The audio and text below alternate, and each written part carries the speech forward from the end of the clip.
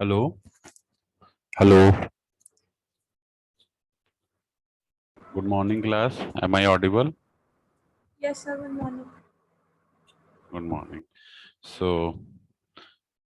लोग आज कंटिन्यू करेंगे, बेसिकली मैक्सवेल इक्वेशन पढ़ेंगे और बाउंड्री कंडीशन पे हम लोग कल कर रहे थे, तो उसी को पहले मैं बाउंड्री कंडीशन कराऊंगा, देन हम लोग मैक्सवेल इक्वेशन पे आएंगे। ठीक है, फिर से, क्योंकि बहुत इंपॉर्टेंट टॉपिक है, पेपर में कई बार पूछे गए हैं। ठीक है, तो सबसे पहले मैं बाउंड्री कंडीशन आपको बता रहा था, तो हमने ये मैग्नेटोस्टैटिक में, ठीक है, इससे पहले हम लोगों ने इलेक्ट्रोस्टैटिक्स में इसी यूनिट के अंदर जो पार्ट है आपका इलेक्ट्रोस्टैटिक का था, उसमें भी हमने बाउंड्री कंडीशन पढ़ा था। ठीक है, जिसमें हम लोगों ने electric field and intensity and electric flux density का जो हम लोगों ने नॉर्मल और टेंजेंशियल कंपोनेंट फाइंड किया था। Similarly we will do for magnetostatic field या magnetic field. So you can see we have two diagrams. Clear? The first one is your this diagram exactly represent the cylindrical surface, where you can see we have the surfaces. This is the top surface and this is the bottom surface. Clear? So this is your normal component of magnetic field. You can see this is the first surface and this is the second surface. So mu1 is the permeability of the above surface and mu2 is the permeability of the lower surface. Clear? And this is the top surface and this is the bottom surface of the cylindrical shape. Bn1 is the magnetic field, yeah, you can say magnetic field density या magnetic induction at the normal. Bn1 का मतलब normal. देखिए, आप देख सकते हैं ये हमारा नॉर्मल सरफेस है, क्योंकि ये परपेंडिकुलर टाइप आपको दिख भी रहा होगा, सिलिंड्रिकल शेप. तो this is the normal field at the above surface. This is the normal field to the bottom surface. Clear? Magnetic field induction, and an1 and an2 is the normal vector to the above and bottom surfaces. Clear? This is medium 1, this is medium 2. इसको हम लोग Gaussian surface बोलते हैं. एक चीज ध्यान रखिएगा, जो गॉस लॉ है वो दोनों में हमारा एप्लीकेबल होता है, electrostatic as well as magnetostatic. Clear? अभी हम आपको बताएंगे. इलेक्ट्रोस्टैटिक में हमने बताया था आपको integration D dot D S is equal to enclose charge Q, है ना, याद आ रहा होगा आप लोग. और मैग्नेटोस्टैटिक में इसको रिप्रेजेंट करते हैं गॉस लॉ को, तो integration B dot D S is equal to 0. ठीक है, तो इस तरीके से हम कुछ रिप्रेजेंटेशन करते हैं, तो हम लोग गॉस लॉ का ही है यूज करके हम लोग ये सब फाइंड करेंगे. ठीक है, normal component. Similarly you can see this is what, this is a rectangular type surface basically, and it is divided into half portion, above half and lower half portion from the mid boundary. Clear? And the above surface exactly ये आपका tangential surface है. आप देख सकते होंगे ये इस boundary के टेंजेंट दिख रहा होगा आपको, और ये इस बाउंड्री के परपेंडिकुलर दिख रहा है, आपको देखने में भी लग रहा होगा. ठीक है, ये बाउंड्री है, ये हमारी बाउंड्री के परपेंडिकुलर है. ये आपको शेप आपको दिख भी रही होगी. ठीक है, we are going from normal to this. और यहाँ आप देख रहे होंगे तो इस बाउंड्री की ये कहीं टेंजेंशियल है, मतलब जो विड्थ है इसमें ये ज़्यादा है, यहाँ पे लेंथ ज़्यादा है, तो इसके अकॉर्डिंग आप इसको आइडेंटिफाई कर सकते हैं. तो यहाँ देख सकते हैं कि ये जो सरफेस है ये टेंजेंट है, टेंजेंशियल सरफेस है to this boundary. Similarly the bottom surface is tangential to this boundary. Clear? And ये आपका ST1 है। यहाँ से देखिए हम लोग मैग्नेटिक फील्ड डेंसिटी या इंडक्शन को फाइंड करेंगे, that is BN1 and BN2 for normal component. और यहाँ पे हम लोग टेंजेंशियल कंपोनेंट फाइंड करेंगे जो मैग्नेटिक फील्ड इंटेंसिटी का होगा, दैट इज H। इसको मैग्नेटिक फील्ड इंटेंसिटी बोलते हैं। T is the tangential, one is the, one represent कर रहा है कि ये ऊपर वाला जो सरफेस है, that is the μ1 mean surface first, and this is the bottom surface, that is μ2। Permeability इसकी μ2 है, तो इस यहाँ पे जो टेंजेंशियल कंपोनेंट होगा ये ST2 होगा। जो टोटल लेंथ है इस स्लैब की, दैट इज डेल्टा एल। ये भी ध्यान रखिएगा, this is the total length of the slab. Clear? So now हमने कुछ आपको इसमें चीजें लिखवा भी दी थी, अब आप लोगों ने लिख भी लिया होगा इसको। ठीक है, सभी लोगों ने लिख लिया है। Yes, तो sir. हाँ, तो अब पहली हेडिंग जो हमने डलवाई है इसमें, condition for normal component of B, क्योंकि हम नॉर्मल कंपोनेंट पहले फाइंड करेंगे। तो नॉर्मल कंपोनेंट के लिए ये ध्यान रखिएगा, हम लोग इस वाले सरफेस को देखेंगे, क्योंकि यहाँ से ही हमको नॉर्मल कंपोनेंट मिलेगा, that is BN1 and BN2। ठीक है, और टेंजेंशियल जब निकालेंगे तो इसको देखेंगे, क्योंकि ये बाउंड्री के टेंजेंट है, मतलब उसी के डायरेक्शन में लाई कर रहा है, ये बाउंड्री से पैरेलल है, मतलब वो परपेंडिकुलर है। ठीक है, ये देखिएगा। तो नॉर्मल कंपोनेंट के लिए हमें परपेंडिकुलर वाला कंपोनेंट देखना होगा। तो condition for normal component of B में कुछ चीजें आप लिख लीजिए, बेसिक चीजें। Consider a cylindrical Gaussian surface, लिख लीजिए आप लोग, फटाफट लिख लीजिए इसको, सभी लोग लिख लीजिए प्लीज। कंसीडर ए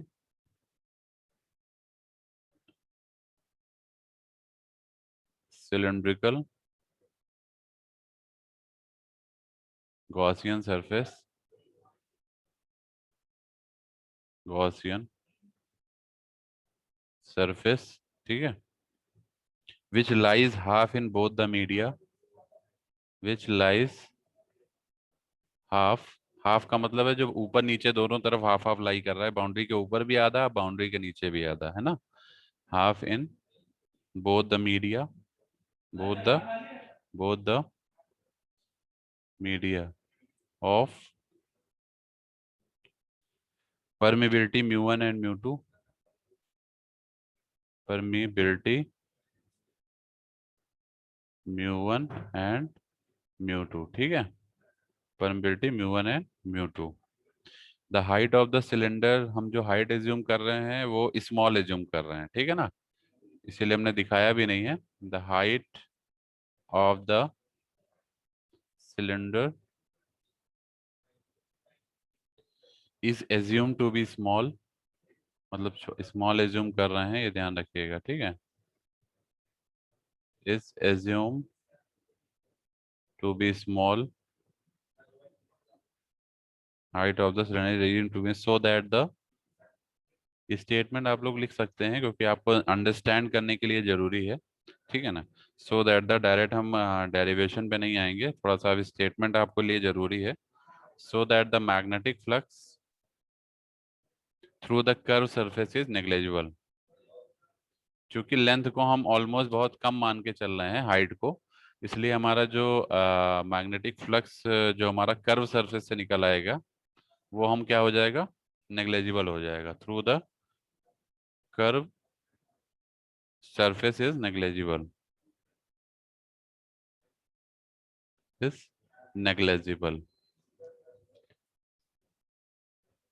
ठीक है, अब आप कर्व सरफेस की बात करेंगे तो कर्व सरफेस कौन सा है, ये वाला पोर्शन जो बीच वाला है, क्योंकि ये लेंथ हमारी स्मॉल है, बहुत स्मॉल है ये लेंथ। अभी यहाँ आपको देखने में थोड़ा ज्यादा लग रहा होगा, but this length is very much small. तो लेंथ चूंकि छोटी है, इसलिए ये जो कर्व सरफेस बनेगा साइड वाले से वो बहुत स्मॉल हो जाएगा, इसलिए इसको हम नेग्लेक्ट कर दे रहे हैं। ठीक है, इसके रिगार्डिंग हम कुछ नहीं फाइंड करेंगे, केवल हम ऊपर वाले सरफेस और नीचे वाले सरफेस के लिए फाइंड करेंगे। ठीक है, क्लियर है सभी को? Yes, sir. ठीक है, late BN1, BN1 and BN2 हमने आपको बताया है। ठीक है, BN1 क्या है, BN1 be the average component. ये आपके एक्चुअली थोड़ा पढ़ेंगे आप लोग तो आपको समझने के लिए मैं स्टेटमेंट लिख दे रहा हूँ। Average component of B normal to the top surface, normal to the top surface, ठीक है। इन मीडियम वन, पहले मीडियम में है, ये सभी को पता है, ऊपर वाले मीडियम में ही तो लाई कर रहा है, BN1 इन मीडियम वन, ठीक है, clear. And BN2 as the average component of B, as the average component of B, that is again normal to the bottom surface. Third year है मैम, देखो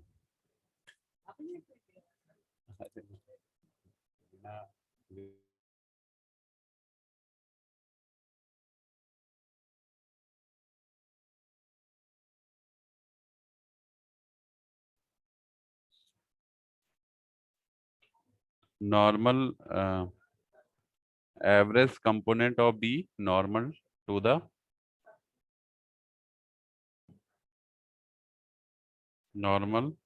the bottom surface in medium 2, normal to the bottom surface in medium 2, ठीक है। सो ये हमारे BN1 और BN2 हो गए। एक तो हमारा BN1 जो है नॉर्मल कंपोनेंट है सरफेस में, वो फर्स्ट मीडियम में है, और BN2 हमारा नॉर्मल कंपोनेंट हो गया, average component on the bottom surface in medium 2, ठीक है, क्लियर। और जो BN1 होगा बेसिकली वो हमारा कहाँ होगा, किस डायरेक्शन में लाई कर रहा होगा, आउटवर्ड होगा नॉर्मल, और BN2 होगा इनवर्ड होगा, ठीक है ना। आप देख भी सकते हैं डायग्राम में, अगर आप BN2 को देखेंगे तो ये अंदर की तरफ आ रहा है नॉर्मल कंपोनेंट, और BN1 जो है इस सरफेस से बाहर की तरफ जा रहा है, तो ये अवे है, ये आउटवर्ड कंपोनेंट है, ये इनवर्ड कंपोनेंट है, क्लियर, ये सभी को दिख रहा है, ठीक है, क्लियर है सभी को ये, Yes, बताइए, sir. है ना। तो थोड़ा सा ये आप लोग को ध्यान रखना है, तो ये लिख लीजिए नीचे, एक पॉइंट ये भी लिख लीजिए कि जो है BN1 is an outward normal component, यहाँ पे मैं लिख दे रहा हूँ, जो BN1 है ये क्या है, BN1 that is the outward normal component, outward normal component, ठीक है। और BN2 क्या है, inward normal component, inward normal component, ठीक है। ये कुछ बेसिक चीजें हैं जो आपको लिखना है। तो BN1 आपका जो होगा वो पॉजिटिव होगा। BN1 पॉजिटिव क्यों होगा, क्योंकि ये बाहर की तरफ जा रहा है, ठीक है, ये लीव कर रहा है सरफेस को। और BN2 क्या होगा, जो कि अंदर की तरफ आ रहा है, इसलिए ये नेगेटिव होगा, ये भी ध्यान रखिएगा, ठीक है। नाउ लेट, हमने यूनिट वेक्टर्स भी लिए ना, जो कि उसी डायरेक्शन में लाई कर रहे हैं, जिस डायरेक्शन में BN1 एंड BN2 हैं। तो लेट AN1 यूनिट वेक्टर, ये कहाँ लाई करेगा, आउटवर्ड, आउटवर्ड यूनिट वेक्टर है। एंड AN2, AN2 क्या है, this is another unit vector lies inward, जो अंदर की तरफ लाई कर रहा है, इनवर्ड यूनिट वेक्टर, ठीक है। एक इनवर्ड यूनिट वेक्टर हो गया और एक आउटवर्ड यूनिट वेक्टर हो गया, ठीक है, जो कि लोअर और अपर सरफेस पे है। AN1 जो है आपका अपर सरफेस पे है, AN1 is the outward unit vector to upper surface, and AN2 is to lower surface, ठीक है, ये ध्यान रखिएगा, अपर एंड लोअर सरफेस। अब हम लोग क्या करेंगे, फाइंड करेंगे ना। अब हम लोग सीधे डेरिवेशन पार्ट पे चलते हैं। तो नाउ मैं डेरिवेशन पार्ट पे चलता हूँ नाउ, या कैलकुलेशन पार्ट कह सकते हैं आप, जिसमें हम नॉर्मल कंपोनेंट फाइंड करेंगे, ठीक है। तो सबसे पहले गॉस लॉ अप्लाई करेंगे हम लोग। Now applying Gauss law, Gauss law in magnetostatic field या टू मैग्नेटिक फील्ड। तो कोई बताएगा Gauss law in magnetic field क्या होता है? कोई बताएगा? देखिए गॉस लॉ हम दोनों जगह यूज करते हैं, इन इलेक्ट्रोस्टैटिक फील्ड और मैग्नेटोस्टैटिक फील्ड। इलेक्ट्रोस्टैटिक फील्ड में हमने बताया था, अभी बता देते हैं, मैग्नेटोस्टैटिक फील्ड में होता है ये B dot D S is equal to zero, ये मैग्नेटोस्टैटिक फील्ड है। ठीक है। अगर आप इलेक्ट्रोस्टैटिक की बात करेंगे, यहाँ मैं लेफ्ट में राइट में लिख देता हूँ, इन इलेक्ट्रोस्टैटिक, थोड़ा दोनों में डिफरेंस आपको पता होना चाहिए, ठीक है ना। इलेक्ट्रोस्टैटिक में हमने जो गॉस लॉ बताया था, वो क्या बताया था, कौन बताएगा? हमने बताया था ना, D dot D S is equal to Q, D dot D S is equal to what, याद आ रहा है सभी को? D Charge dot, enclosed. हाँ, D dot D S is equal to charge enclosed means Q enclosed. ठीक है। इसको आप लोग ऐसे भी लिखते थे, क्यू डी की value epsilon naught into E होती है, जब आप एप्सिलॉन नॉट इंटू ई के फॉर्म में लिखते थे तो E dot D S is equal to हो रहा था हमारा क्यू बाई एप्सिलॉन नॉट। ठीक है। और इसको हम क्या लिखते हैं, रो भी लिखते हैं। Are you getting my point? तो इस तरीके से भी आप लिख सकते हैं, E dot D S is equal to rho V. ठीक है, क्लियर है सभी को? ठीक है। तो ये Yes. हमारा इलेक्ट्रोस्टैटिक में था, ये इलेक्ट्रोस्टैटिक का गॉस लॉ है, जो कि डी आपका क्या है, इलेक्ट्रिक फ्लक्स डेंसिटी। ठीक है, D S is the differential surface. ठीक है। ये E is the electric field intensity है। तो ये आपका गॉस लॉ था इलेक्ट्रोस्टैटिक में, ये गॉस लॉ है मैग्नेटिक फील्ड के लिए या मैग्नेटोस्टैटिक में। यहाँ पे मैग्नेटिक फ्लक्स डेंसिटी बी है, D S is the differential surface. ठीक है। यहाँ ये जीरो के बराबर क्यों होता है, ये हम आपको पहले ही बता चुके हैं। जीरो के बराबर इसलिए होता है यहाँ पे, क्योंकि जो हमने कल आपको बताया भी था, जैसे हमारा ये जो फ्लक्स प्रोड्यूस होता है, जैसे मान लीजिए ये नॉर्थ टू साउथ पोल है, तो जब फ्लक्स यहाँ से एग्जिट इंटर होता है, यहाँ एग्जिट होता है, यहाँ सॉरी यहाँ से आया और यहाँ पे एग्जिट हो गया, तो ये जितने भी फ्लक्स आप देख रहे हैं, फ्लक्स लाइन एन से शुरू होकर एस की तरफ एग्जिट हो रहा है, तो कहने का मतलब ये है कि जो यहाँ से एग्जिट हो रहा है वही आपको यहाँ पे रिसीव हो रहा है। तो फ्लक्स लाइन एग्जिट और रिसीव दोनों बराबर हैं, दैट्स वाई नेट फ्लक्स जो क्रिएट होता है वो जीरो हो जाता है। ठीक है, ड्यू टू फील्ड। तो नेट फ्लक्स जीरो होने की वजह से ही यहाँ जीरो आता है। Are you getting my point? समझ में आ गया होगा। ठीक है। मैग्नेटो, तो जितने भी यहाँ से फील्ड लाइन क्रिएट होंगी, जितनी यहाँ से एग्जिट होंगी उतनी यहाँ रिसीव होंगी साउथ पोल पे। ठीक है, magnetic field lines north to south pole में। ठीक है, नॉर्थ से शुरू होगा साउथ की तरफ जाएगा, तो कहने का मतलब जितनी फ्लक्स लाइन नॉर्थ को लीव कर रही है उतनी साउथ पे रिसीव हो रही, तो कुल नेट फ्लक्स अगर आप निकालेंगे तो जीरो हो जाएगा। ठीक है, इसीलिए यहाँ B dot D S is equal to zero आता है। ठीक है, और flux is directly proportional to magnetic field intensity, ये सभी को पता है। ठीक है। Now for cylindrical surface, for cylindrical surface, for cylindrical surface, अगर हम cylindrical surface की बात करें, ठीक है, तो हमको पता है सरफेस आपका जो है यहाँ integration B dot D S किसके बराबर होगा, that will be equal to the, एक तो टॉप सरफेस है, क्योंकि साइड वाली सरफेस तो हमारी नेग्लेक्ट हो गई ड्यू टू स्मॉल लेंथ। ये देखिए, ये जो साइड सरफेस है ये तो हमने बताया था ना आपको बहुत स्मॉल लेंथ है, तो इसकी वजह से इधर कर्व सरफेस, ये वाली जो कर्व सरफेस ये हमारी नेग्लेक्ट हो गई, केवल टॉप सरफेस और बॉटम सरफेस बचा है। तो जो नेट मैग्नेटिक फील्ड होगा या नेट फील्ड जो भी प्रोड्यूस होगा गॉस लॉ के अकॉर्डिंग, वो केवल इस एबव सरफेस और लोअर सरफेस की वजह से होगा। तो that will be the sum of above surface plus lower surface means top and bottom surface. तो ये आ जाएगा इंटीग्रेशन टॉप सरफेस की वजह से, that is B dot D S plus, ठीक है, इंटीग्रेशन, मैं भी पूरा लिख देता हूँ, फिर मैं एक स्टेटमेंट लिख दूंगा जिससे आपको समझ में आ जाएगा। बॉटम सरफेस के लिए B dot D S plus, अभी हम साइड सरफेस ले रहे हैं, अभी हम इसको नेक्स्ट लाइन में जीरो कर देंगे, plus plus side surface, side surface means B dot D S. Is equal to 0। ठीक है, अब आप देखेंगे ये हमारा कंप्लीट आ गया अभी। ठीक है, अब नेक्स्ट लाइन में हम लोग लिखेंगे the side of the cylinder, the side of the cylinder is assumed to be very small, is assumed to be very small, and hence the contribution of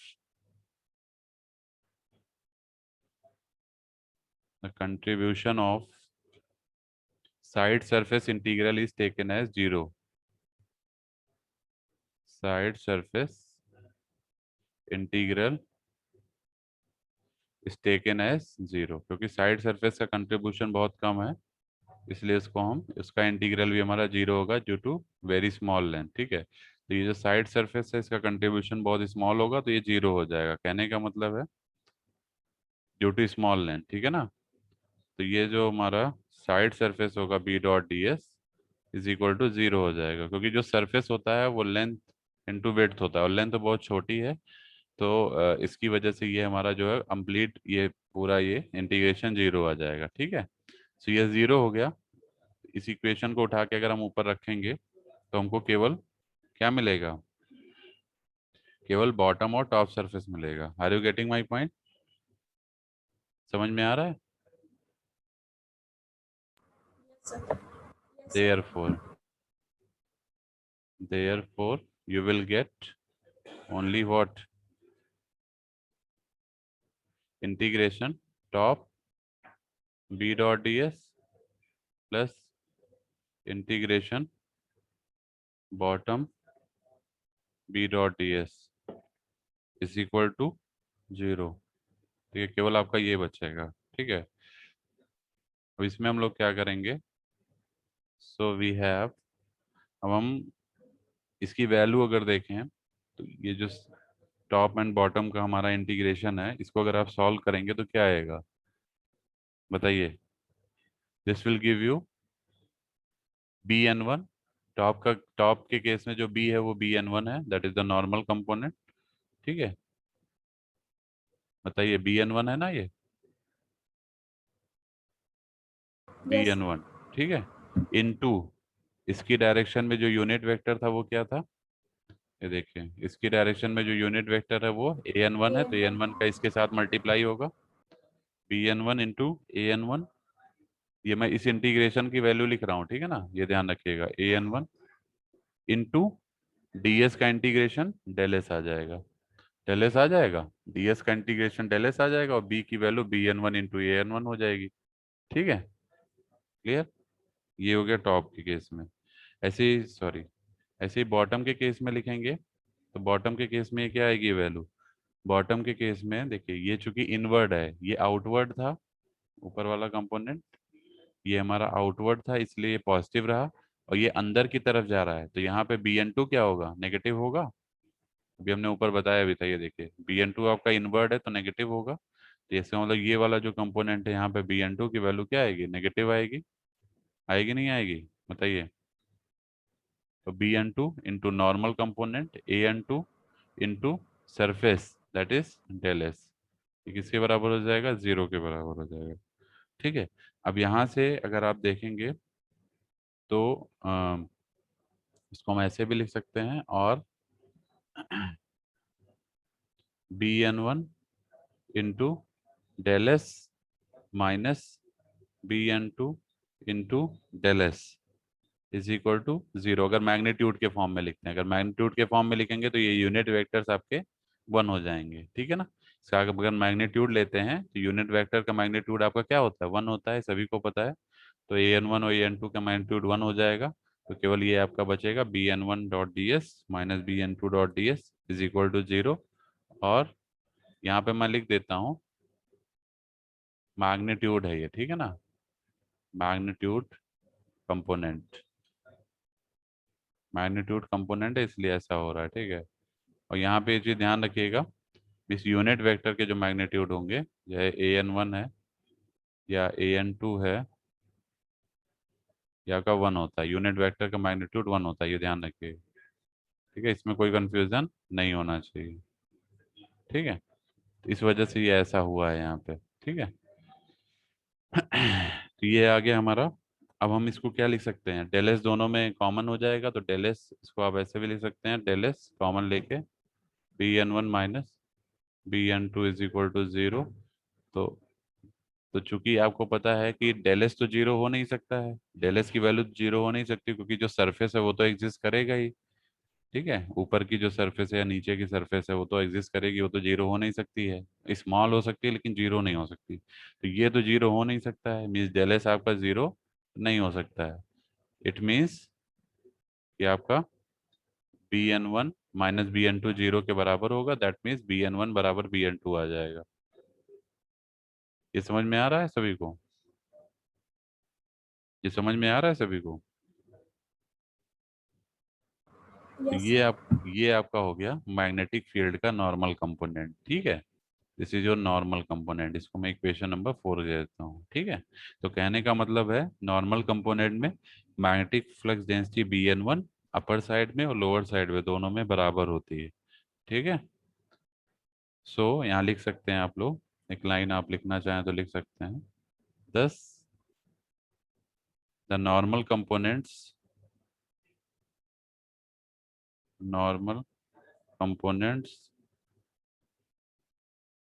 of magnetic flux densities magnetic flux densities are equal at the boundary, are equal at the boundary, equal at the boundary। ठीक है, between two magnetic media, between two magnetic media। ठीक है,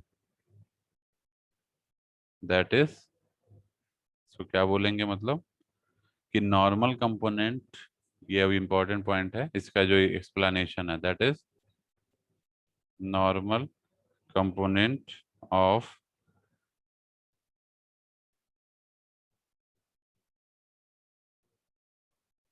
normal component of B is continuous, B is continuous across the boundary, or the boundary between two media, between two media। क्यों मैं ऐसा लिख रहा हूँ कि normal component of B is continuous across the boundary between two media, क्योंकि ये दोनों बराबर हैं। ठीक है, तो कोई डिफरेंस नहीं है, ऊपर के साइड में भी फील्ड बराबर है, नीचे के साइड की भी फील्ड, दोनों एक दूसरे के बराबर है, तो इसका मतलब मीडिया हमारा कॉन्टिन्यूस है। ठीक है, अब इसी के बेसिस पे आप electric field magnetic field intensity भी फाइंड कर सकते हैं। जब B N one B N two आ गया तो आप मैग्नेटिक फील्ड इंटेंसिटी भी निकाल सकते हैं। ठीक है, कैसे निकलेगा मैग्नेटिक फील्ड इंटेंसिटी बताइए। सो अगर हम लोग मैग्नेटिक फील्ड इंटेंसिटी निकालना चाहें तो कैसे निकालेंगे, बताएगा कोई? मैग्नेटिक फील्ड इंटेंसिटी के फॉर्म में कैसे निकालेंगे फॉर नॉर्मल कंपोनेंट, बताइए, कोई बताएगा?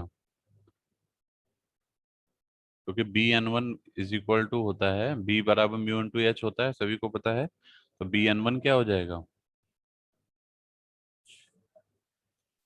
बताइए। बी एन वन क्या हो जाएगा, is equal to mu one into H N one होगा, B is equal to mu H होता है। ठीक है, अभी हम म्यू नॉट क्यों नहीं ले रहे हैं, क्योंकि हम मीडियम मान के चल रहे हैं, क्योंकि हमारा अपर और लोअर दोनों मीडियम एग्जिस्ट कर रहा है, इसलिए हम वैक्यूम या एयर नहीं ले रहे हैं। हो सकता है वैक्यूम या एयर, लेकिन अभी हम मान के चल रहे हैं कि हमारा ऊपर का और नीचे का दोनों साइड मीडियम जो है वो एयर नहीं है, ठीक है, इसलिए हम एक मीडियम एग्जिस्ट कर रहे हैं, दैट इज परमेबिलिटी म्यू 1। और वहाँ पे हमने डायग्राम में भी शो किया था, आपको देख सकते हैं, ये ऊपर का मीडियम म्यू 1 है और नीचे के मीडियम परमेबिलिटी म्यू 2 है, ठीक है। तो Bn1 is equal to mu 1 into H1 and Bn2 is equal to mu 2 into Hn2, ठीक है। अगर आप इसको, ये आपका मान लेते हैं हम, इक्वेशन नंबर 5 और 6 है, ठीक है। इन दोनों को उठा के अगर हम रख दें इक्वेशन नंबर 4 की जगह पे, now from equation 4 we know that, क्या पता है कि Bn1 is equal to Bn2। सो अगर आप दोनों को बराबर कर दें तो ये आ जाएगा mu 1 into Hn1 is equal to mu 2 into Hn2, mu 2 into Hn2 आ जाएगा। दैट मीन्स अगर आप देखें Hn1, या आप Hn2 पहले ले लीजिए, ठीक है, Hn2 बाई Hn1, इसकी वैल्यू क्या आ जाएगी, Hn2 बाई Hn1 की वैल्यू म्यू 1 बाई म्यू 2 आ जाएगी। Are you getting?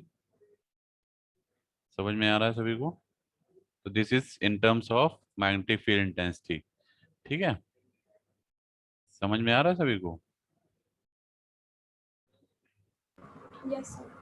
ठीक है, तो H यहाँ पे जैसे B आपका कॉन्टिन्यूअस था, बी कॉन्टिन्यूअस था ना दोनों मीडिया में, क्योंकि बी दोनों के बराबर आ रहे थे नॉर्मल कंपोनेंट में, Bn1 is equal to Bn2।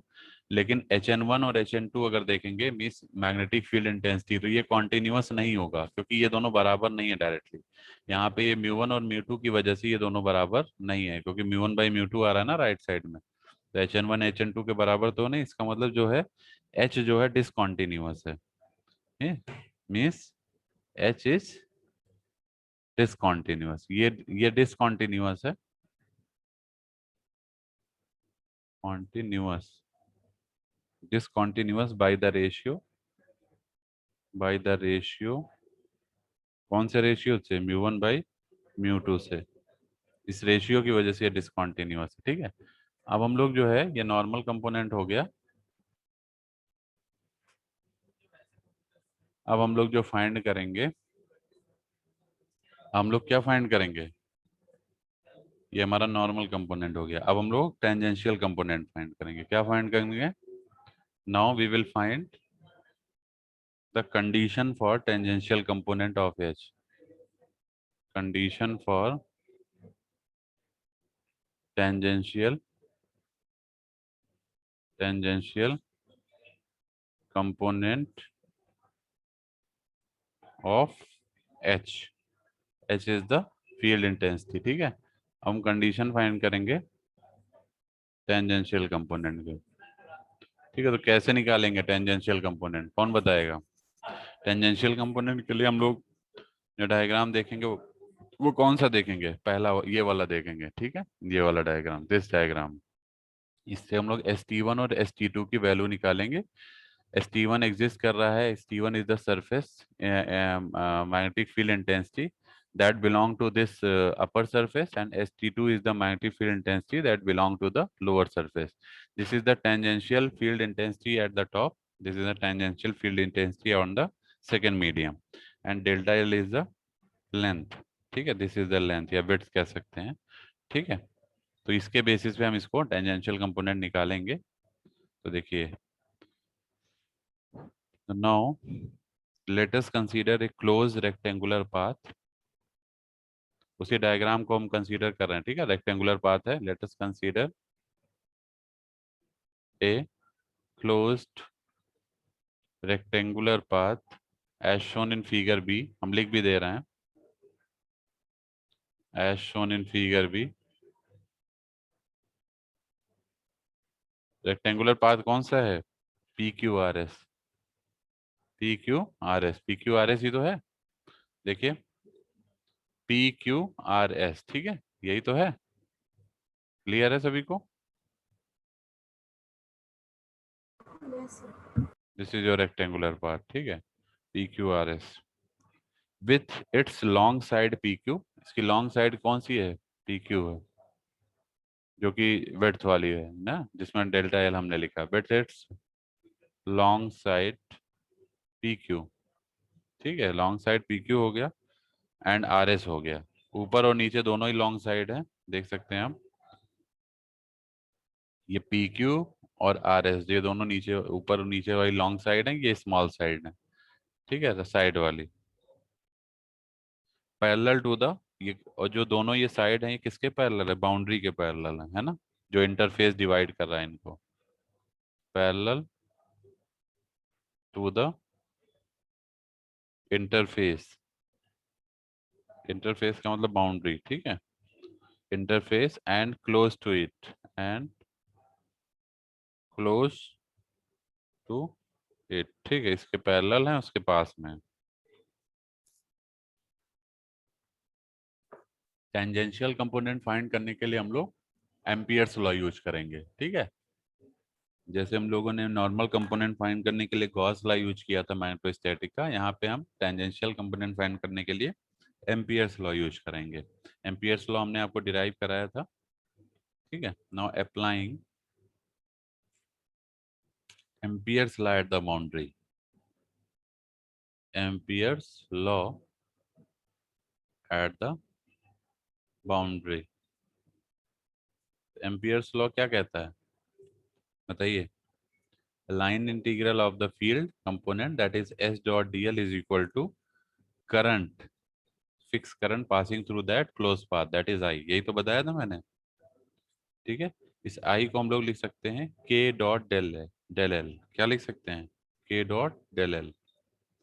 ठीक है, क्योंकि जो क्लोज लूप बन रहा है, एक तरह से आप देख सकते हैं, अभी बताएंगे हम ये क्या है। के हमारा जो है वो शीट की करंट डेंसिटी है। ठीक है, शीट करंट ऑफ डेंसिटी के कह सकते हैं आप इसको। ठीक है, सो एट बाउंड्री, इसको इक्वेशन नंबर 1 ले लीजिए। So at boundary, at boundary there exists a sheet current of density k, there exists a sheet current of density k। ठीक है, शीट करंट ऑफ डेंसिटी के, ये एग्जिस्ट करेगा boundary के पास। ठीक है ना, जिसको हम लोग के से रिप्रेजेंट कर रहे हैं। तो के डॉट डी एल मैं क्यों ले रहा हूँ? क्योंकि हमारी जो सरफेस है ये के हो गया, जो डेंसिटी है, और जो ये डीएल लेंथ है, ये डीएल लेंथ है, तो इसके साथ मल्टीप्लाई हो जाएगा, तो that will be the current I. ठीक है, अभी मिलता है। ठीक है, तो ये हमारी क्वेश्चन नंबर 1 हो गई। For a close path, now for a closed path, चूंकि पाथ हमारा क्लोज्ड है ये पता है, क्लोज पाथ के लिए देखेंगे आप तो क्या हो जाएगा ये? देखिए पाथ आपका क्या क्लोज्ड है, तो इसके लिए S T one into del L, S T one into del L is the length of this P to Q, S T one into del L. ये हम कैसे लिख रहे हैं? इसकी वजह से लिख रहे हैं, जो ये इंटीग्रेशन है, इंटीग्रेशन को हमारे दो कंपोनेंट में ब्रेक होगा ना, बताइए। इंटीग्रेशन दो कंपोनेंट में ब्रेक होगा, मैं यहाँ लिख देता हूँ, ऐसे आपको कंफ्यूजन ना हो। ये जो S dot D L integration है, एक इसका कंपोनेंट आएगा एस टी वन इंटू, बताइए, या ऐसे लिख लीजिए एस डॉट डी एल, ये हो गया आपका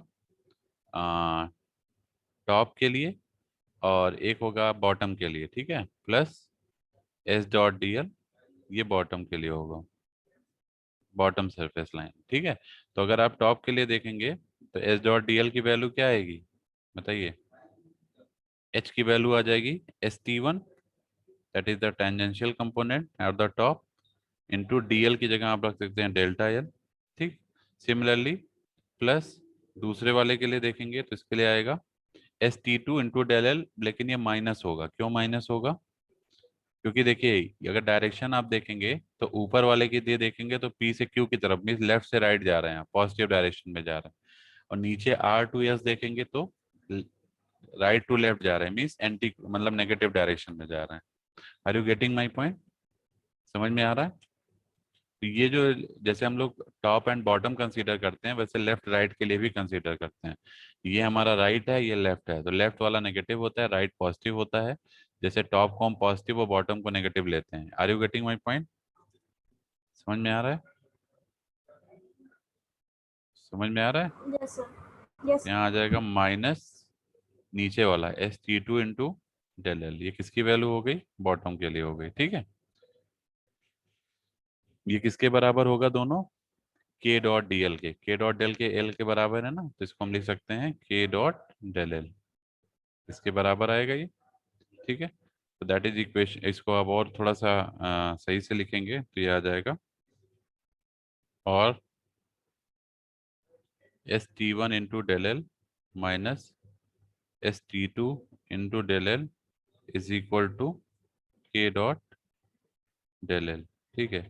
ये इस तरीके से आ जाएगा, that is equation number 2 basically. तो इक्वेशन नंबर मैं 2 कह देता हूँ, ठीक है।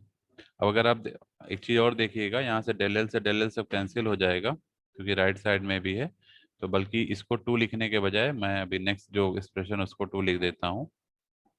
यहाँ से आपको जब डेल एल कैंसिल हो जाएगा तो मिलेगा ये ST1 minus ST2 is equal to K. This is your equation number 2, ठीक है। और यही आपका कह सकते हैं एक तरह से टेंजेंशियल कंपोनेंट है, ठीक है। तो ये हमारा आ गया, इसको इक्वेशन नंबर हम 2 लिख सकते हैं, ठीक है। अगर मान लीजिए अब जैसे ये क्लोज पाथ के लिए आया, अगर मान लीजिए करंट डेंसिटी हमारी 0 है, फॉर एग्जांपल के की वैल्यू अगर 0 है, ठीक है। अगर let us take if the surface surface current density 0, surface current density अगर हमारा 0 है,